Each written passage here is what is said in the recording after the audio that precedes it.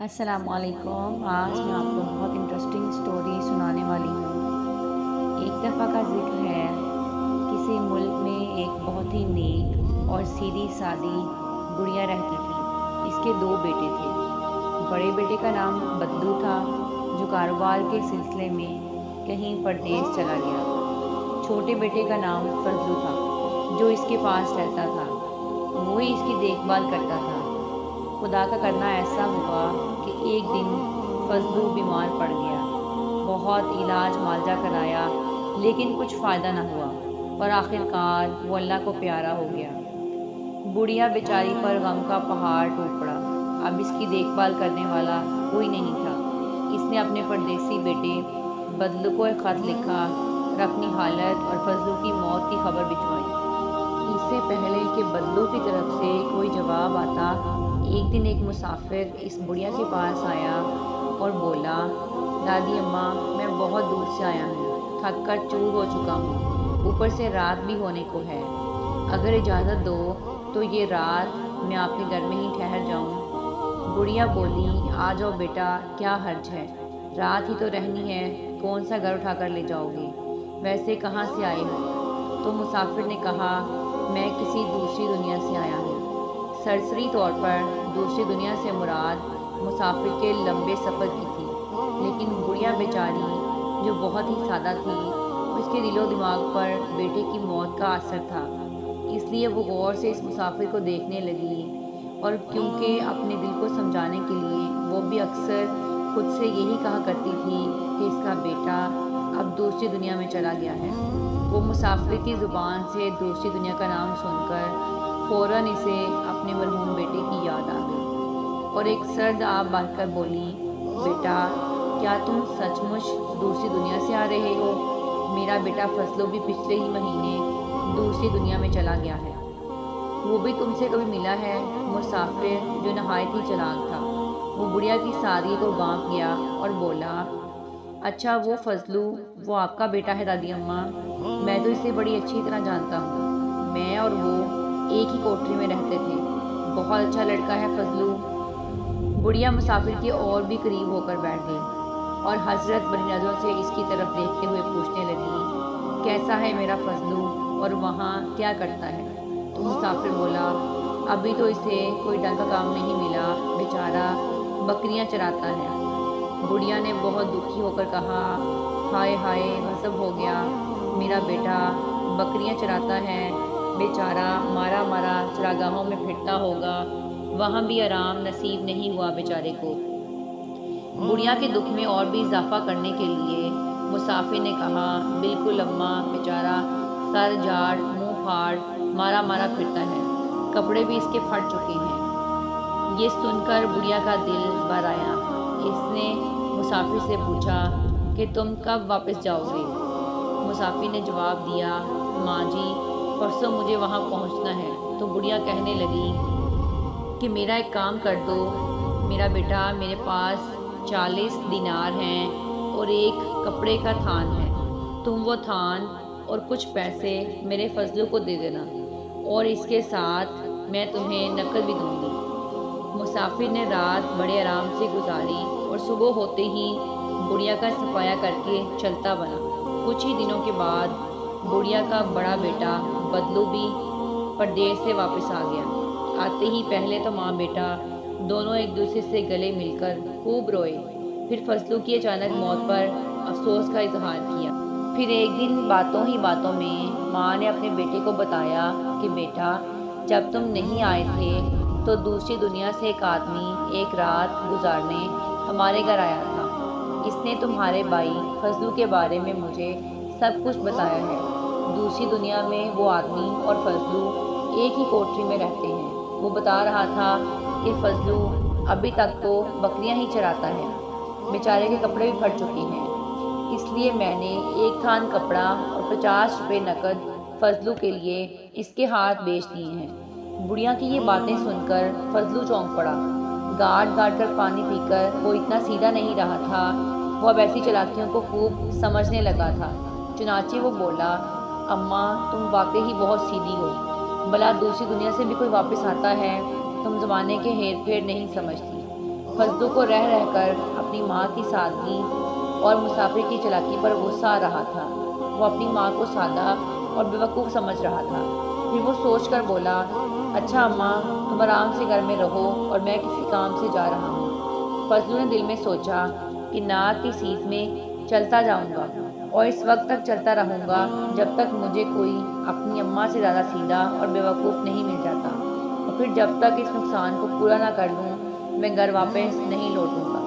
یہ سوچ کر وہ ناک کی سیٹ میں چل دیا۔ دل ہی دل میں وہ کچھ منصوبے بھی بناتا چلا جا رہا تھا۔ دور سے ہی اسے ایک گاؤں دکھائی دیا۔ وہ سیدھا اسی گاؤں کی طرف چلتا گیا۔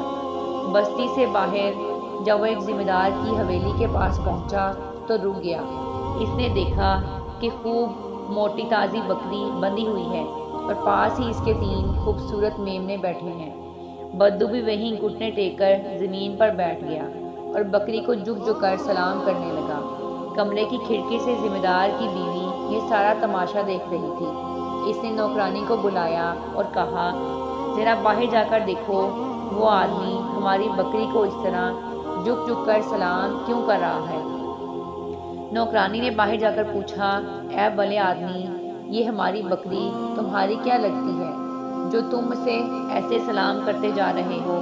تو بدو نے جواب دیا، اے بی بی، میں اسی کی تلاش میں تو مارا مارا پھر رہا تھا۔ جسے تم بکری سمجھتی ہو وہ تو میری بیوی کی رشتہ دار ہے۔ کل میرے بیٹے کی شادی ہے، سبھی رشتہ داروں کو دعوت دی جا چکی ہے، صرف اسی کا پتہ نہیں چل رہا تھا۔ میں اسے شادی میں دعوت دینے کے لیے آیا ہوں۔ اگر مالکن صاحبہ اجازت دیں تو میری اور میری بیوی کی طرف سے گزارش ہے کہ یہ بھی اپنے بال بچوں سمیت شادی کی رونق بڑھانے کے لیے تشریف لائے۔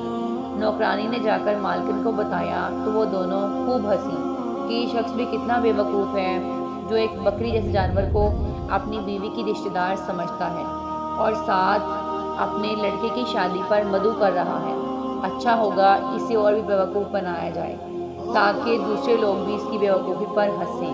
مالکن نے فوراً نوکرانی کے ذریعے کہلاوا بھیجا کہ اگر یہ اس کی رشتہ دار ہے تو اس کے رشتہ داروں کو شادی میں شرکت کرنے پر ہمیں کوئی اعتراض نہیں، مگر اس بیچاری کو تمہارا گھر ڈھونڈنے میں دقت ہوگی، اس لیے بہتر ہوگا کہ تم اسے بھی اپنے ساتھ لیتے جاؤ۔ مالکن نے نوکرانی کو حکم دیا کہ ہماری بکری صاحبہ اپنے رشتہ داروں کی شادی میں تشریف لے جا رہی ہیں، انہیں خوب سجا دو۔ سردی بہت زیادہ ہے، میرا وہ روئی دار کوٹ بھی انہیں پہنا دو، اسی طرح اس کے بچوں کو بھی اچھی طرح سے سجا دو، اور سنو، باہر جو گاڑی کھڑی ہے اس میں 2 گھوڑے اور چتوا دو۔ آخر اس کے رشتہ داروں کی شادی کوئی روز روز تھوڑی ہوتی ہے، ذرا ٹھاٹھ سے سوار ہو کر جائے گی۔ چنانچہ مالکن اور اس کی نوکرانی نے بکری اور اس کے میمنوں کو اور گاڑی میں 2 گھوڑے اور جتوا کر بکری اور اس کے بچوں کو بڑی شان سے گاڑی میں بٹھایا اور لگام بدلو کے ہاتھ میں تھماتے ہوئے کہا، بھائی، کوچوان تو آج گھر پر نہیں ہے، ہمت کر کے آپ خود ہی کوچوانی بھی کر لو، لیکن گاڑی ذرا دھیرے سے چلانا، ایسا نہ ہو کہ ہماری بکری صاحبہ یا اس کے بچوں میں سے کسی کو بھی چوٹ لگ جائے۔ اچھا، الوداع بکری صاحبہ، مالکن نے کہا۔ بدلو نے جواب دیا، آپ بے فکر رہیں مالکن صاحبہ۔ اس نے گھوڑے کی لگام تھامی اور اپنی راہ لی۔ 2 گھوڑوں کی گاڑی میں سجی بکری یوں ودا ہو رہی تھی جیسے کوئی دلہن اپنے میکے سے ودا ہوتی ہے، اور بدلو اس ٹھاٹھ سے گاڑی ہانک رہا تھا جیسے کوئی دلہن کو لے جا رہا ہو۔ یہ تماشا دیکھ کر مالکن اور اس کی نوکرانی کے ہنستے ہنستے پیٹ میں بل پڑ گئے۔ جب تک گاڑی ان کی نظروں سے اوجھل نہیں ہو گئی ان کی ہنسی رکنے کا نام نہیں لے رہی تھی۔ تھوڑی دیر بعد ذمہ دار بھی گھر پہنچا تو بیوی کو بہت خوش پایا۔ دراصل وہ سوچ رہی تھی کہ جب وہ میاں کو اس شخص کی بے وقوفی کا قصہ سنائے گی تو وہ بہت خوش ہوگا۔ قصہ شروع کرنے سے پہلے مالکن نے جب نوکرانی کی طرف دیکھا تو اس کے ہونٹوں پر بھی وہی شرارت بڑی مسکراہٹ کھیل رہی تھی۔ پھر کیا تھا؟ مالکن کہکا لگا کر ہنسنے لگی۔ ہمارے ہنسی کے اس کا برا حال تھا۔ اس کی ہنسی جب ذرا دھیمی پڑی تو ذمہ دار نے پوچھا کہ آخر ایسی کیا بات ہے، آج اتنی خوش کیوں لگ رہی ہو؟ میں بھی تو سنوں کہ کیا ہوا ہے۔ بیوی نے کہا، اجی پوچھے مت، آج تو کمال ہی ہو گیا۔ کتنا مزہ آ رہا تھا، تم نے تو دیکھا ہی نہیں کہ کیسے ایک عجیب و غریب بیوقوف یہاں آیا تھا اور گھٹنے ٹیک ٹیک کر ہماری بکری صاحبہ کو سلام کر رہا تھا، اور وہ ایسے جھک رہا تھا جیسے کوئی عقیدت مند اپنے روٹھے ہوئے پیر کو منا رہا ہو۔ یہ کہہ کر مالکن زور سے کہکہ لگا کر ہنسنے لگی۔ وہ بار بار اسے جھک کر سلام کرتا جا رہا تھا۔ پوچھنے پر بولا، یہ بکری صاحبہ اس کی بیوی کی رشتہ دار ہے، وہ اسے اپنے بیٹے کی شادی میں شرکت کی دعوت دینے آیا ہے۔ یہ کہتے ہوئے بیوی تو ہنستی چلی جا رہی تھی مگر ذمہ دار کو غصہ آ رہا تھا۔ ذمہ دار نے کہا، ہاں میں سمجھ گیا کہ تم نے کیا کیا ہوگا، تم نے بکری اور اس کے میمنوں کو اس عجیب و غریب آدمی کے حوالے کر دیا ہوگا، یہی کیا ہے نا تم نے؟ ذمہ دار کے پوچھنے پر مالکن بولی، ہاں یہی تو کیا ہے ہم نے، بلکہ اسے اور بھی زیادہ بیوقوف بنانے کے لیے بکری کو خوب سجایا اور اسے اپنا روئی دار کوٹ بھی پہنا دیا۔ اسی طرح اس کے بچوں کو بھی سجا کر 2 گھوڑے والی بگھی میں بھیجا ہے۔ تم بھی ذرا دیکھتے تو مزہ ہی آ جاتا جس ٹھاٹ کے ساتھ اپنے رشتہ داروں کے ساتھ جا رہی تھی ہماری بکری صاحبہ۔ تو ذمہ دار بولا، بس رہنے دو، کیا اس کے رشتہ دار کا بھی کچھ اتا پتہ پوچھا ہے تم نے؟ تو مالکن نے جواب دیا، نہیں یہ تو ہم نے نہیں پوچھا۔ ذمہ دار بولا، تو اس کا مطلب یہ ہے بیوقوف وہ نہیں تھا بلکہ وہ تم سب کو بیوقوف بنا گیا ہے۔ ذمہ دار کو اپنی بیوی پر بہت غصہ آ رہا تھا۔ اس نے جلدی سے پوچھا کہ وہ کہاں گیا ہے؟ تو بیوی نے انگلی سے اشارہ کرتے ہوئے بتایا، ادھر کو۔ ذمہ دار نے فوراً اپنا گھوڑا تیار کیا اور اس کا پیچھا کرنے لگا۔ بدلو کو پہلے ہی شبہ تھا کہ اگر ذمہ دار کو پتہ چل گیا تو وہ ضرور اس کا پیچھا کرتے کرتے آئے گا۔ اسے محسوس ہونے لگا کہ جیسے کوئی شخص اس کا پیچھا کر رہا ہو۔ اس نے اپنے گھوڑوں کا رخ ایک گھنے جنگل کی طرف موڑ دیا۔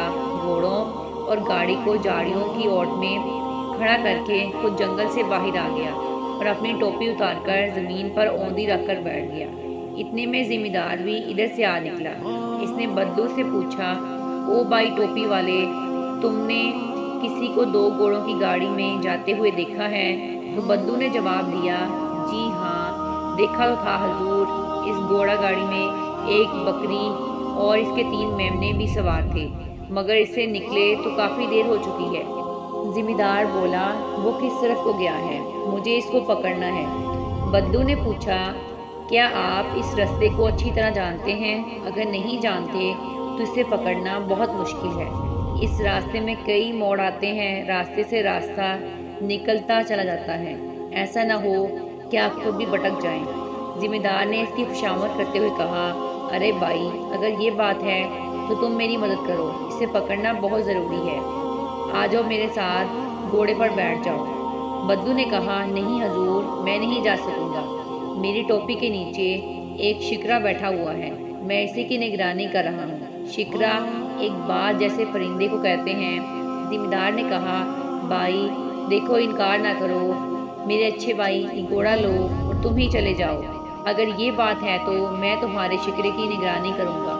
بدلو نے زور دیتے ہوئے کہا، تو ذرا خیال رکھنا کہ یہ کہیں اڑ نہ جائے، بہت ہی قیمتی شکرا ہے، اگر یہ کہیں کھو گیا تو میرا مالک مجھے کچا چبا جائے گا، اسی لیے تو میں نہ جانے کی ضد کر رہا ہوں۔ ذمہ دار نے پوچھا، ویسے کیا دام ہوں گے اس شکرے کے؟ تو بدلو نے جواب دیا، یہی کوئی 500 روپے کا ہوگا۔ ذمہ دار نے تسلی دیتے ہوئے کہا، تو بس پھر پرواہ مت کرو، اگر یہ کھو گیا تو اتنی رقم میں تمہیں ادا کروں گا۔ بدلو نے بات بنتے دیکھ کر کہا، نہیں سرکار، زبانی جمع خرچ سے کام نہیں چلے گا، مجھے اپنے مالک سے بہت ڈر لگتا ہے۔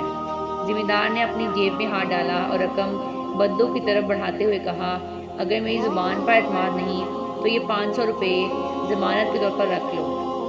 بدلو نے روپے لے کر جیب میں ڈالے اور اسی کے گھوڑے پر سوار ہو کر چلتا بنا۔ ذمہ دار خالی ٹوپی کی پہرےداری کرتے کرتے انتظار کرنے لگا اور اسی انتظار میں گھنٹوں بیت گئے لیکن بدلو واپس نہ لوٹا۔